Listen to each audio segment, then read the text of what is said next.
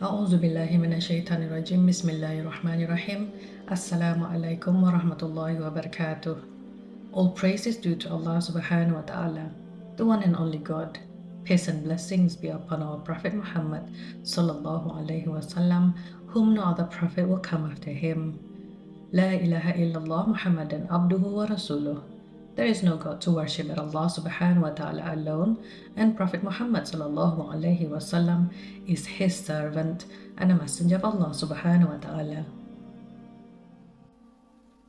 In Surah Al A'raf 7 verse 175 to 177. And relate to them, O Prophet, the story of the one to whom we gave our signs, but he abandoned them. So Satan took hold of him, and he became a deviant. If we had willed, we would have elevated him with our signs, but he clung to this life, following his evil desires. His example is that of a dog. If you chase it away, it pants, and if you leave it, it still pants. This is the examples of the people who deny our signs. So narrate to them stories of the past, so perhaps they will reflect. What an evil example of those who denied our signs. They only wronged their own souls. In his book, Ar-Rusul wal-Muluk, Imam at-Tabari gave several different narrations in regards to this verse. Ibn Humayd related to us from Salamah and Ibn Ishaq that after 40 years had passed, Prophet Musa (salam) entered the land of Canaan. Bal'am bin Ba'ura, the diviner, was there, a man from Yemen to whom Allah Subhanahu wa ta'ala had granted knowledge. Among the law that Allah had given him was the mighty name of Allah, and according to reports to which when Allah was prayed to by means of it, he responded, and when something was requested by means of it, he granted it. Ibn Humayd continued, relating to us from Salamah, Muhammad bin Ishaq, Salim Abu an-Nadar, who related that when Prophet Musa salam came into the land of the children of Canaan in the area of Asham, Greater Syria, Bal'am was in Bali'ah, one of the towns of Al-Balqa. When Prophet Musa salam, together with the Israelites, settled in this dwelling place, Bal'am's people came to him saying, O Bal'am, Musa bin Imran with the Israelites has come to remove us from our land, to kill us, and to settle the Israelites in it, and make it into their dwelling place. We are your people who have no dwelling place, but you are a man whose prayer is answered. So go forth and pray to God against them. He replied, Woe unto you! He is a prophet of God who has angels and believers with him. How can I go and pray against them when whatever I know is from God? They said, But we have no dwelling place.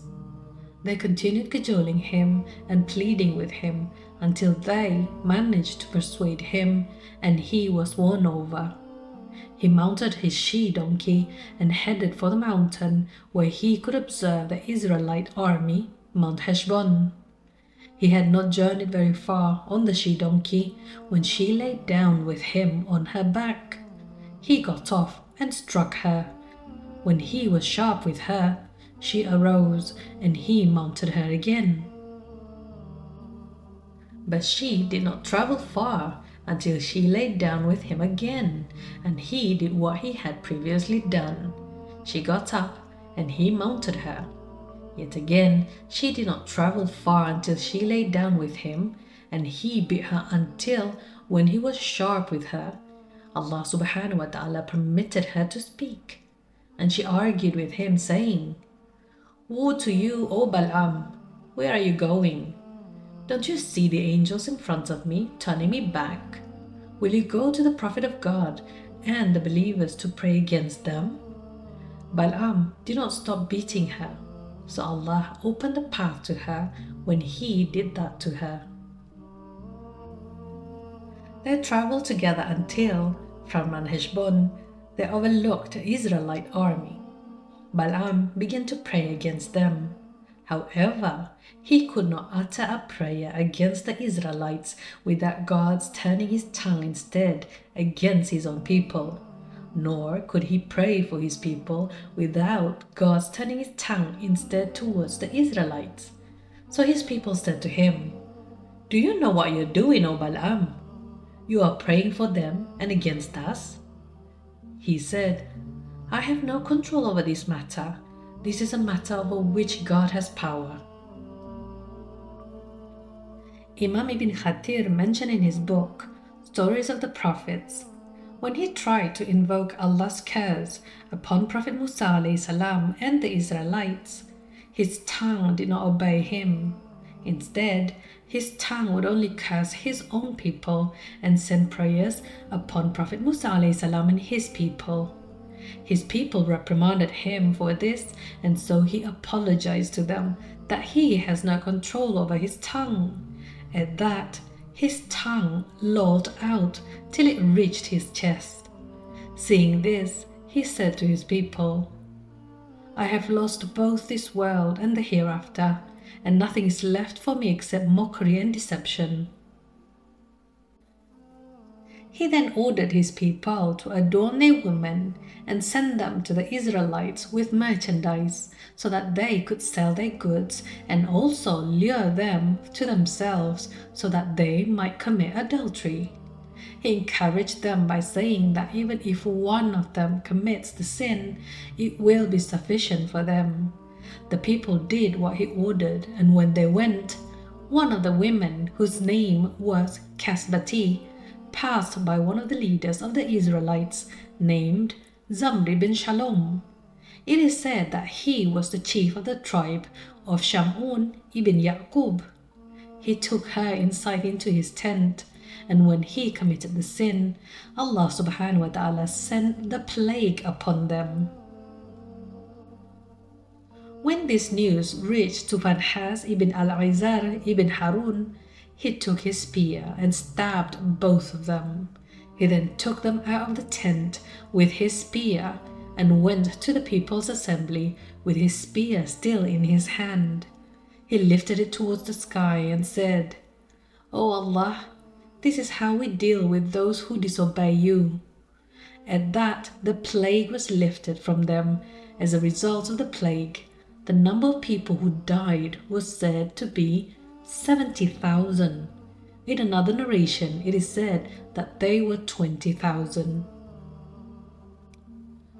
On the other hand, another narration in At-Tabari's book, As-Sudi related in his account that Prophet Yusha (salam), the son of Nun, summoned the children of Israel and told them that he was the prophet whom God had commanded to fight the giants.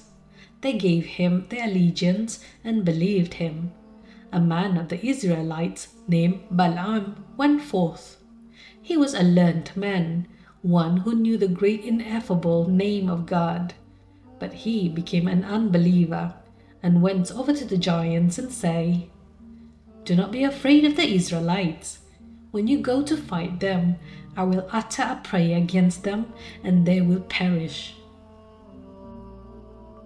He obtained all the worldly goods that he had wanted from them, but he could not approach their women because of their enormous size. Therefore, he resorted to committing sins with one of his she-donkeys. Prophet Yusha (salam), along with the people, went to the battle against the giants, while Balaam accompanied the giants on his she-donkey. He intended to curse the Israelites, yet whenever he wished to pray against them, the prayer went against the giants instead. The giants said, "Verily you are only praying against us." Balaam replied, "But I only intended to affect the children of Israel." When he reached the gate of the city, an angel took hold of the tail of his she-donkey and held it tight. He began to goad her, but she would not move. When he continued to beat her, she spoke, saying, "You commit sin with me by night and ride me by day. Woe is me from you." If I could go farther, I would, but this angel is stopping me. No matter what the story, the point is that, according to the opinion of the majority of the scholars, the one who brought them out of the wandering and then took them to the Holy Land was Yusha ibn Nun, yani Prophet Yusha alayhi salam. Prophet Yusha alayhi salam fought a fierce battle against the giants on Friday, lasting until the evening when the sun set and the Sabbath began. He prayed to Allah Subhanahu and said to the sun, "Verily you and I are both obedient to God. O Allah, turn the sun back on for me." The sun was turned back for him, and the daylight lengthened by an hour on that day. Imam Ahmad reported on the authority of Abu Hurairah radiallahu anhu that the Messenger of Allah SAW said, "Verily the sun was never held back from setting except for Yusha when he was going to Baitul Maqdis."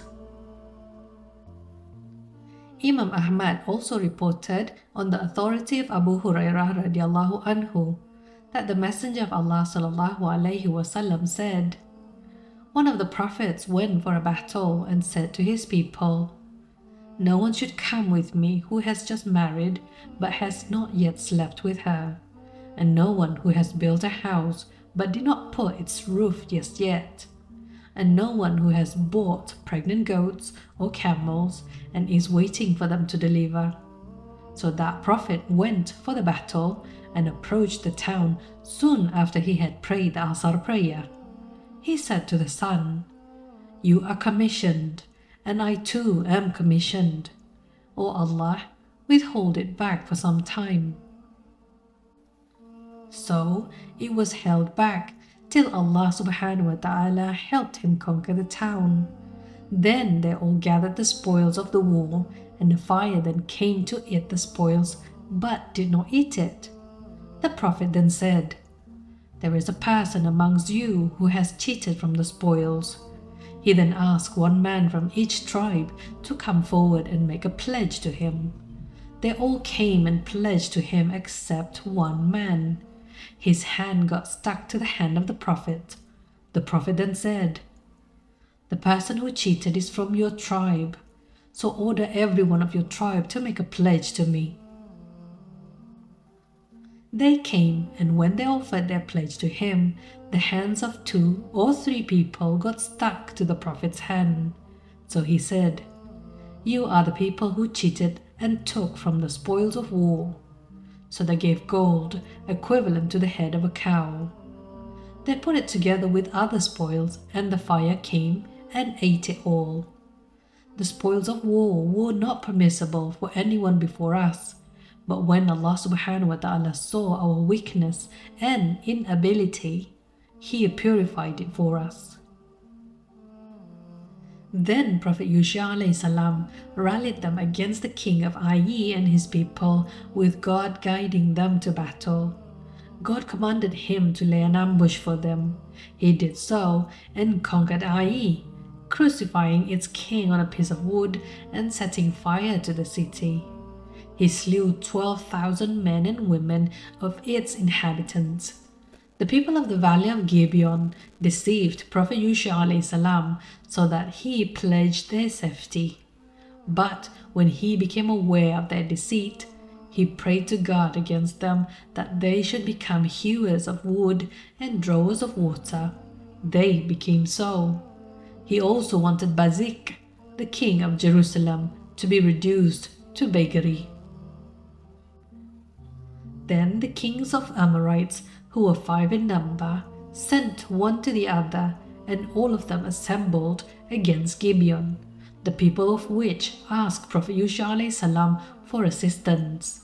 Prophet Yusha alayhi salam gave it to them, and they routed the kings, driving them down into the gorge of Hauran. Allah Subhanahu then cast down hailstones upon them, and there were more people killed by the hail than were slain by the swords of the Israelites.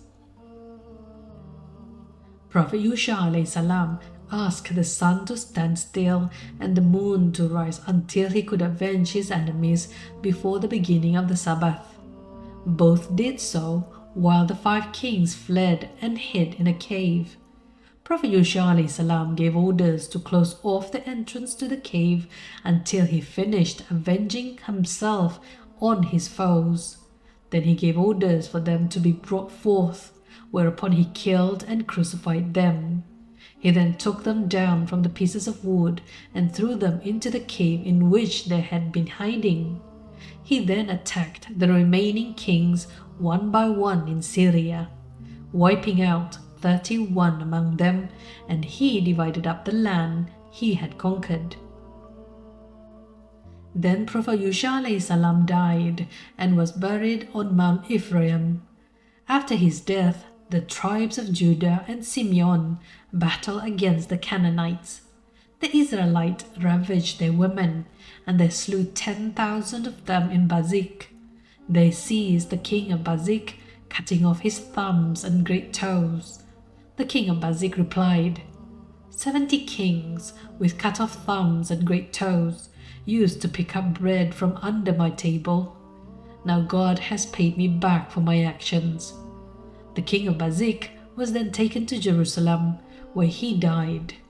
The sons of Judah continued to fight the remaining of Canaanites and to control of their land. There is no difference of opinion among scholars of the history of past generations and of the affairs of foregone peoples from our community and others that Caleb bin Yefuneh was the one in charge of the affairs of the Israelites after Prophet Yusha. Then Prophet Ezekiel yani Ezekiel bin Buza or Buzi after him. He is the one who is called Ibn al-Ajuz, yani the son of the old woman. Ibn Humayd related to us from Salama and Ibn Ishaq that Ezekiel bin Buzi was named Ibn al-Ajuz because his mother asked Allah Subhanahu for a son even though she had grown old and barren. Then Allah gave him to her. For that reason, he was called son of the old woman. It was he who prayed for the people whom Allah mentioned in Surah Al-Baqarah 2, verse 243. Have you, O people, not seen those who fled their homes in the thousands for fear of death? Allah said to them, Die. Then He gave them life. Surely Allah is ever bountiful to humanity, but most people are ungrateful. Muhammad ibn Ishaq reported Wahab ibn Munabbih as saying, when Caleb bin Yefuneh died after Prophet Yusha Ezekiel ibn Buzi succeeded him as a prophet of the children of Israel. Ibn Ishaq said, the Israelites fled from their houses for the fear of plague and settled down in the plateau. So Allah said to them, Die, and they all died. Then a fence was erected around where they lay dead so that wild animals would not eat them. After a very long time, a few centuries, Prophet Ezekiel passed by them. He stopped and started reflecting. It was said to him, Would you like that Allah resurrect them while you are watching? He said, Yes. So he was ordered to call out to the bones to come back to life and to have the flesh upon them muscle by muscle. So he called them due to Allah's order, and all the people stood up and said, Allahu Akbar, like one man. According to a number of companions, may Allah be pleased with them, there was a town called Dawardan where a plague inflicted the people.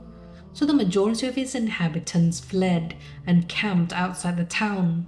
Whoever remained behind perished except a few. When the plague finished, all those who fled returned to their town.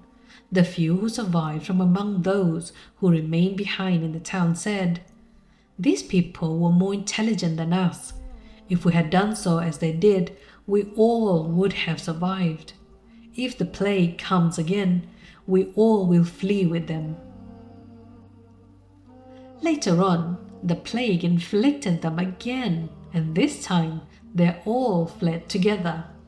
Their number exceeded 33,000. They camped in the same place as they did before, in the valley of Afeh. An angel from the bottom of the valley and another from the top called out to them, saying, "All of you die." So they all died. After a long time from this incident, a prophet by the name of Hizkiel passed by them. When he saw their state, he stopped and began reflecting, twisting his fingers and jaws. Then Allah revealed to him, "Do you want that I show you how I bring them to life?" He said, "Yes." So he was asked, "Call out to them." He called, saying, "O bones, Allah orders you to come together." So the bones started flying towards each other and became skeletons. Then Allah ordered him to call, "O bones, Allah orders you to put on flesh." So they started putting on flesh and blood and the clothes in which they died. Then he was ordered to call them, "O bodies, Allah orders you to rise." So they all stood up. Mansur claimed that Mujahid said, when they came to life, they said, "Glory be to you, O Allah, and praise is due to you. There is none worthy of worship except you."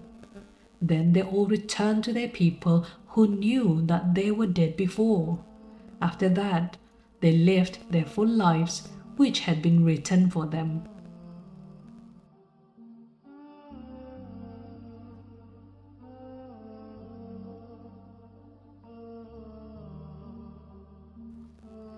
Wallahu alam bisawab. Ya Allah, please teach us knowledge that is beneficial to us. Let us take advantage of the knowledge that you pour onto us. Please give us knowledge, good deeds, and sincerity in our lives. May we receive mercy and guidance from you, Ya Allah. Please increase our iman and ilmu so that we can pass them down to our children, family, friends, and all our loved ones. Until my next video, inshallah, please take care and be kind to one another. Jazakumullahu khairan and shukran.